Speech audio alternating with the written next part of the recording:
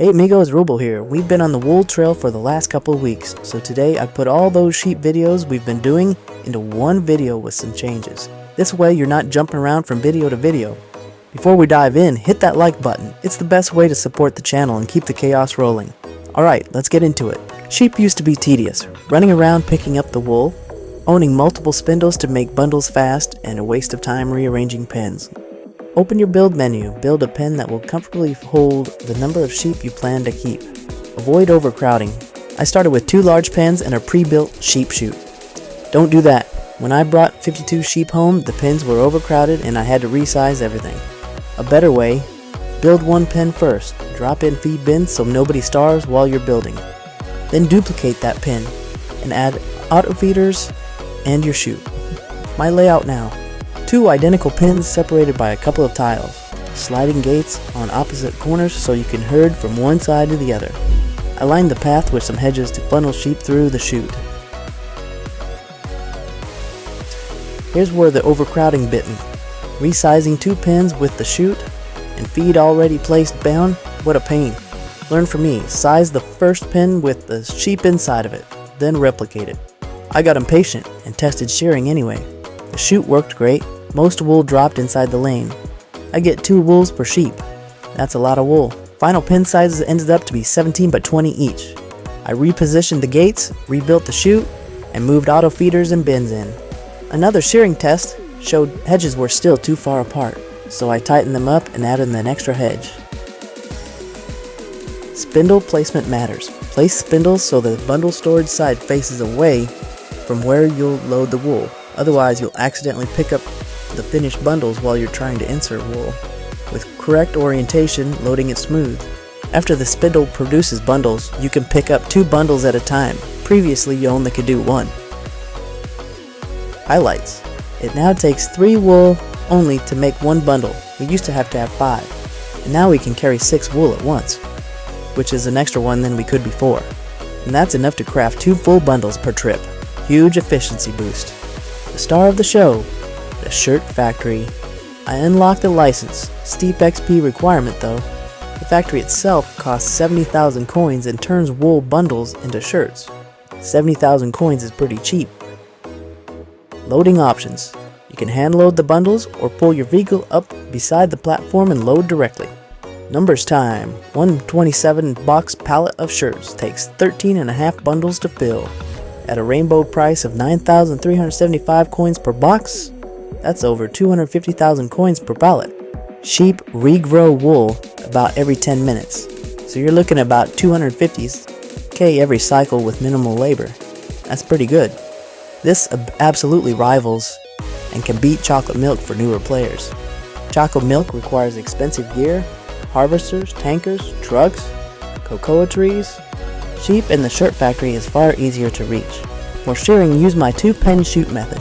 Nobody else is doing it like this. It keeps sheep flowing and drops wool in one tight area, so it picks up fast. Now we're looking at an older video. This one shows another way to build your pens and a sheep chute, but on a much smaller scale. Instead of keeping all the sheep in one big pen, which needs more space, you can split them into 2 equal groups. Here I've got 2 pens side by side, each is 8 by 8. Right now I'm keeping 10 sheep in each pen. Both pens have plenty of feeders to keep the sheep fed, but with auto feeders, you really don't need this many feeders anymore. Out front, I used to have the 3x3 holding area for extra wool. That's no longer needed, since the spindle now has unlimited storage for both wool and bundles. Shearing is how you harvest wool, and it's really easy once you have the right setup. Using my chute makes it even better. You're not chasing sheep around the pen, and you don't have to run back and forth to collect the wool. The chute lets me herd sheep straight through it. That way I can shear them as they pass, and the wool drops neatly in one spot. This is just a smaller version of the bigger chute you seen earlier in the video. Let's shear a few so we can see how it works. You can see I herd sheep from one pen to the other.